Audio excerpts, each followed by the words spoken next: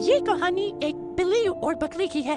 एक दिन बिल्ली जंगल में गई, उसने एक बकरी को ज़बह किया और पकड़कर घर ले आई। घर लाकर वो सब्जी लेने चली गई। सब्जी लाकर उसने काटा वगैरह और उसका मसाला बनाकर वो भी जिस बकरी को मारा था उस पे लगा दिया। उसके बाद उसने आग लगाकर उसे पकाया और फिर मजे से गाने वगैरह सुनने लगी और साथ उस बकरी को खा डाला।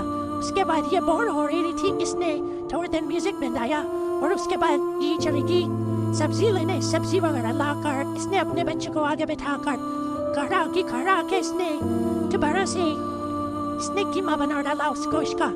उसके बाद इस बिल्ली ने कोफ्ते बनाए और फिर रात के खाने में कोफ्ते खिलाए। अगर वीडियो पसंद है लाइक सब्सक्राइब।